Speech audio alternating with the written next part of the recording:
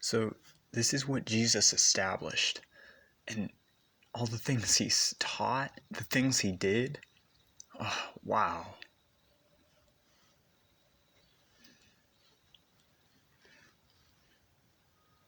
Hey, Theophilus.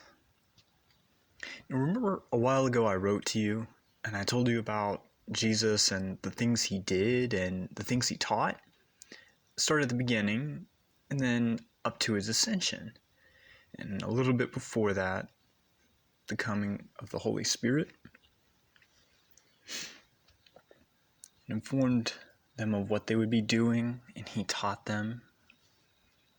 Now, he suffered, died, rose again, and then revealed himself alive. And they were stunned. For about 40 days, they saw him, and it was clear that he was definitely alive. And he gently instructed them. And they together, Jesus told them not to leave Jerusalem, but to stay there. He said, remember I told you, God has a promised gift, right? So stay there and wait, and God will give it to you. Now, you remember John? He would baptize people under the water. Now understand, your baptism is different. God will give you power. And the Holy Spirit will come on you and he'll fill you. So a little while later, the group's talking amongst themselves, and they asked Jesus a question. They said, look, Lord, long ago, for a long time now, Israel's been controlled by other people. Now, are you going to take control back? Jesus answered, look, you're very concerned about the exact time and when. Don't worry about it. Look, God knows, and that's his responsibility. He's the only one who can. So, whatever, don't worry about it. But soon, you're going to receive the Holy Spirit. You'll be given courage, and you'll speak boldly. About what? Myself.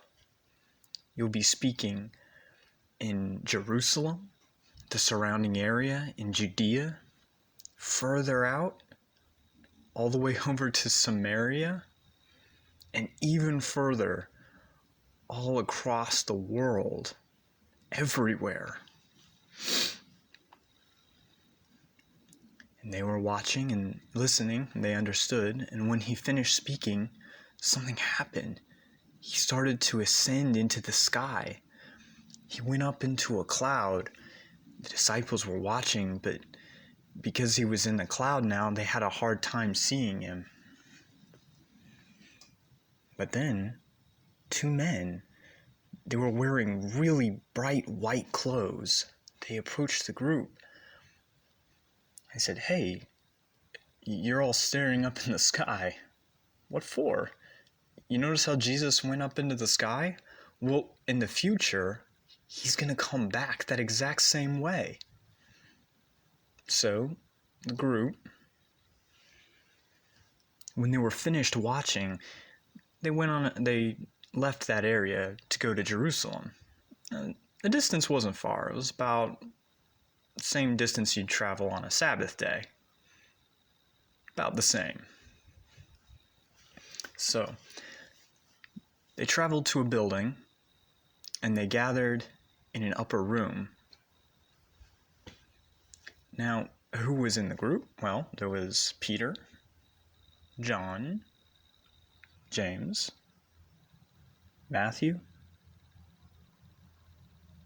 Thomas, Bartholomew,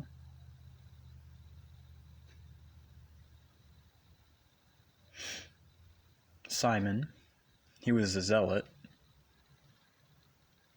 James, the brother of John, and they were all praying fervently together.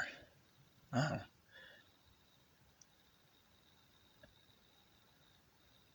And he said, brothers, they were all together praying fervently.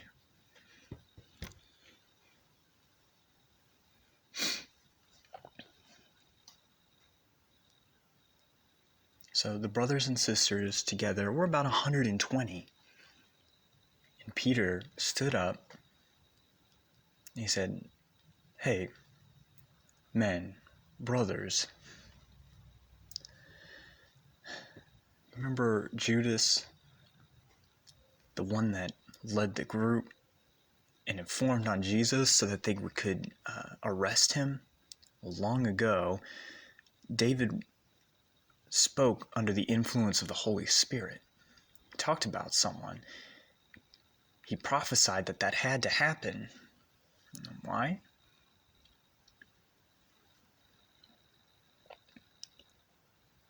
Someone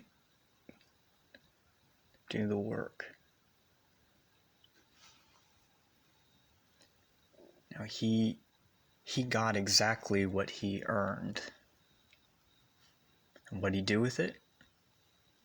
Well, he fell and his head struck the ground and his entrails spilled out and he died there. Now, that happened. The people heard about it. And so that area was named Akeldama, which means there's blood in the ground. Now, a long time ago,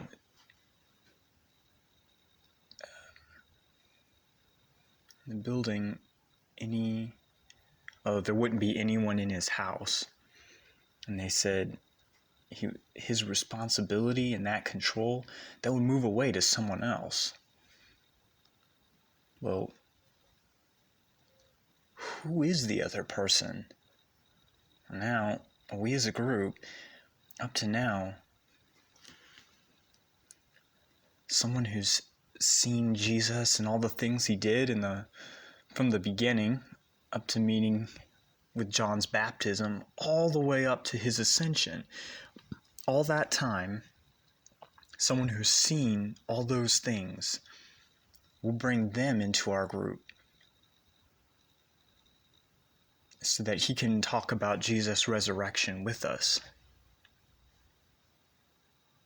Now, they all agreed, and they offered up 2 guys. Now, the first one was, and the other was John. Oh, and the second guy was Matthias. And they prayed and asked, they said, "Jehovah, you know everybody's hearts. You know how they are. Which of these 2 men, we don't know."